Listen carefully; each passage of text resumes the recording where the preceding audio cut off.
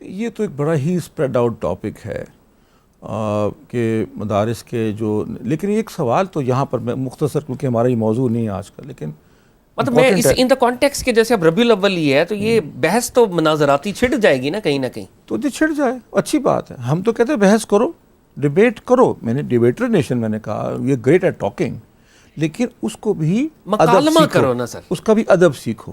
بے شک، ٹھیک ہے نا، اس کا ادب سکھایا جائے نا. یہ تو نہیں ہے اگر ایک شخص سمجھتا ہے کہ یہ چیز درست ہے یہ چیز غلط ہے تو اس کا حق ہے. وہ آپ کے ساتھ کیسے میچ کریں گے اس کو؟ ہم کیوں میچ کریں بھائی؟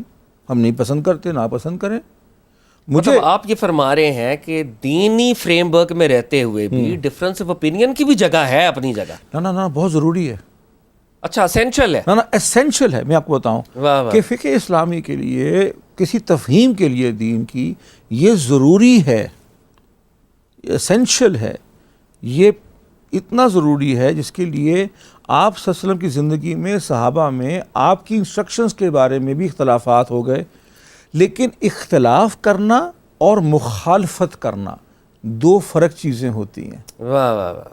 اختلاف کرنا اور چیز ہے.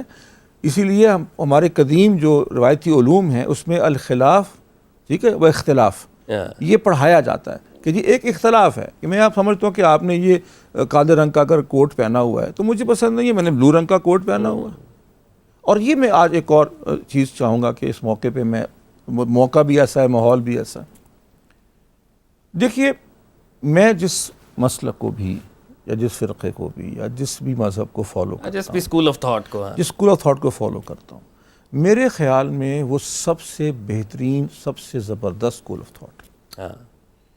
تبھی تو میں کرتا ہوں. آپ فالو کر رہے ہیں. یہ ایسا تو نہیں ہو سکتا کہ میں سوچوں کہ یار میرا مسلک تو بڑا ہی گندا ہے، برا ہے، لیکن چلو پھر بھی فالو کروں گا. نہیں، آپ یہ سمجھتے ہیں، سنسیریٹی سمجھتے ہیں. میں سمجھتا ہوں، آپ اپنے کو سمجھتے ہیں، ہر شخص اپنے کو سمجھتا ہے.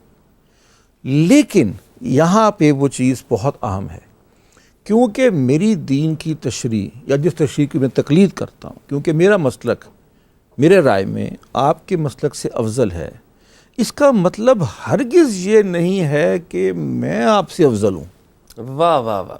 یہ تو مسلک کی بات ہو رہی ہے. واہ واہ واہ. میرا نبی سب سے افضل ہے، بے شک، صلی اللہ علیہ وآلہ وسلم، لیکن میں سب سے افضل ہوں. نہ یہ آپ نے یہ گڑبڑ کر دی نا، آپ لائن کراس کر دیا آپ.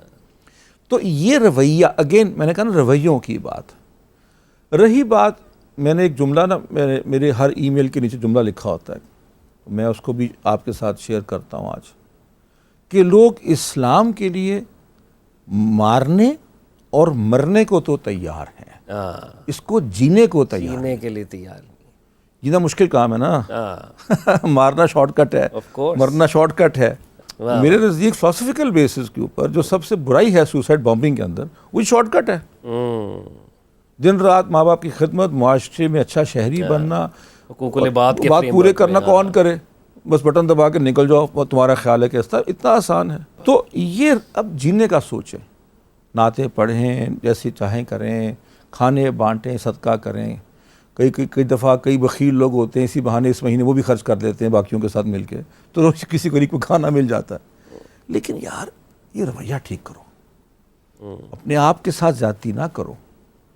صرف الفاظ کام نہیں آئیں گے اس دن، اعمال کام آئیں گے.